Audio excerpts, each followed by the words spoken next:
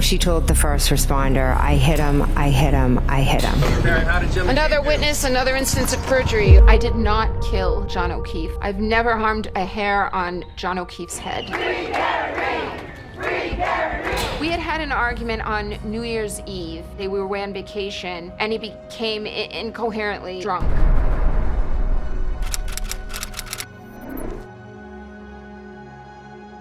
On a freezing January night in 2022, a respected Boston police officer was found dead in a snowbank outside a quiet suburban home. It would ignite one of the most controversial criminal investigations in recent American history, one filled with accusations of lies, corruption, favoritism, and a community torn apart. A girlfriend accused of murder, a group of police officers accused of covering it up, a town divided, and a nation watching. Was Karen Reed a calculating killer, or was she framed to protect someone else? Let's dive into the case that refuses to fade away. Before the tragedy, a complicated relationship.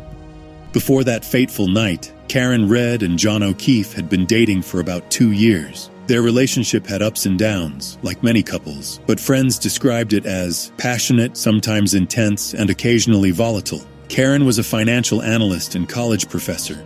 John was a 16-year veteran of the Boston Police Department, known for mentoring disadvantaged kids and even taking 2 children into his home after their parents died. He was widely loved, which meant when he died, someone would have to take the blame, and the public would demand answers quickly. Karen Reed! Karen Reed said she hit John O'Keefe, and I believe her! I believe her! I believe Karen! Karen and John had recently argued about their future. Some friends said Karen felt insecure about John's demanding career. Others say John was growing distant. All of this became ammunition later in court.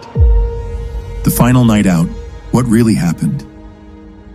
On January 28th, the couple spent the evening drinking at 2 local bars, C.F. McCarthy's, Waterfall Bar and Grill. Multiple witnesses reported Karen having several drinks, but others insisted she didn't seem intoxicated, at least not enough to impair her. Just after 1 a.m., a friend suggested they should all go to a house party at the home of Brian Albert, another Boston officer. Karen drove her black Lexus SUV. Witnesses later said she and John were bickering, but nothing suggested violence. They pulled up in front of the house. The prosecution says John never made it inside. The defense says he absolutely did, and that everything happened behind closed doors. That disagreement is the heart of the case. The discovery of the body.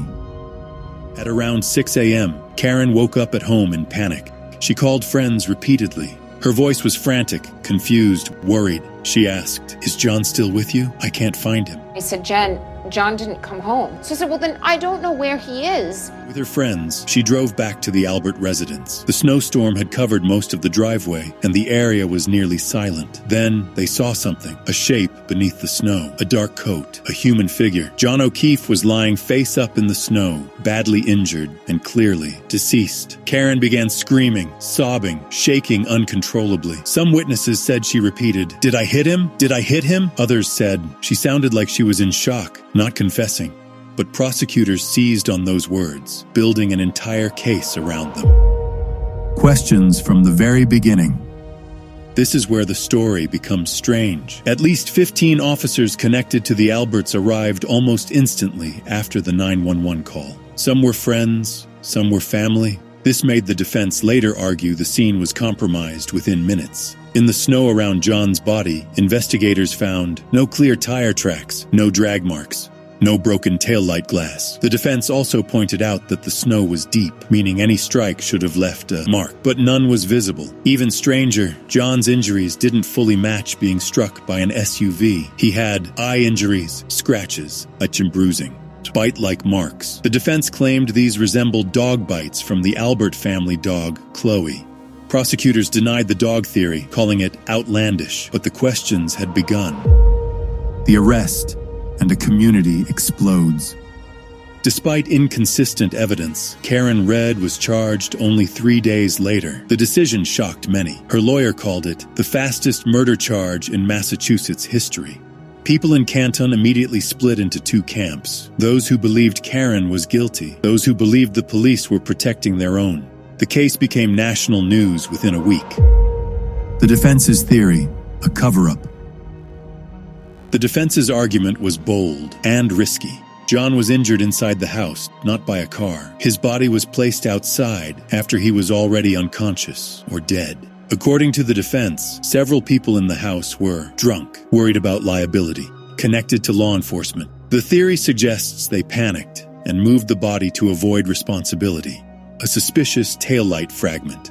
Police claimed they found a piece of Karen's taillight in the yard, but it wasn't found until hours later. It was found by someone related to the Alberts, and it wasn't visible in early crime scene photos. The defense claimed it was planted, phones wiped clean. Several potential witnesses either I wiped phones, replaced phones, or refused to hand phones over. Despite supposedly being the crime scene, the interior of the Albert home wasn't searched for. By then, anything could have been cleaned.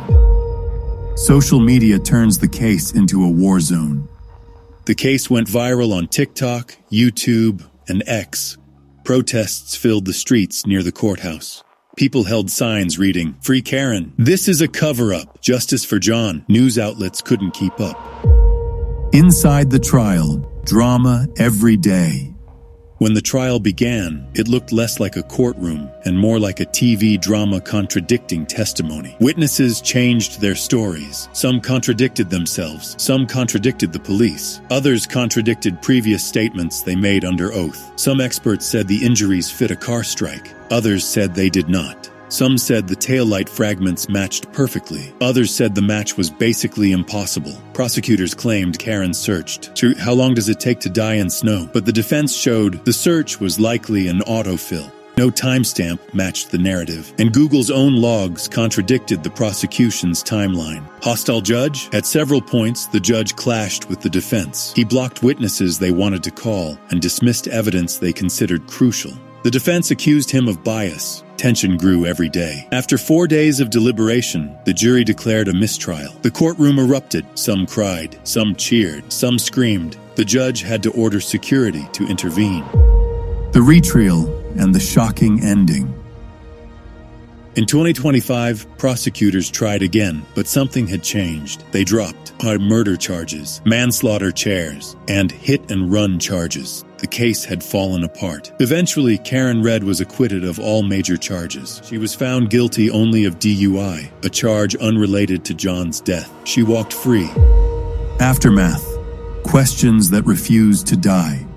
Even today, the case remains controversial. Unanswered questions include, why wasn't the Albert home searched right away? Why did so many witnesses wipe their phones? Why was the taillight fragment found so late? Are John's injuries consistent with a dog attack? Did John ever actually make it inside the house? 2 stories remain. 1. Karen hit John with her SUV. 2. Or John was injured inside the house and staged outside. Both sides believe their version is the truth, but the official legal answer is clear. Karen Red is not guilty of killing John O'Keefe. What do you think happened that night? Was this a tragic accident or a carefully executed cover-up? Let us know your theories in the comments. And remember to subscribe for more deep dive true crime stories here on True Crime.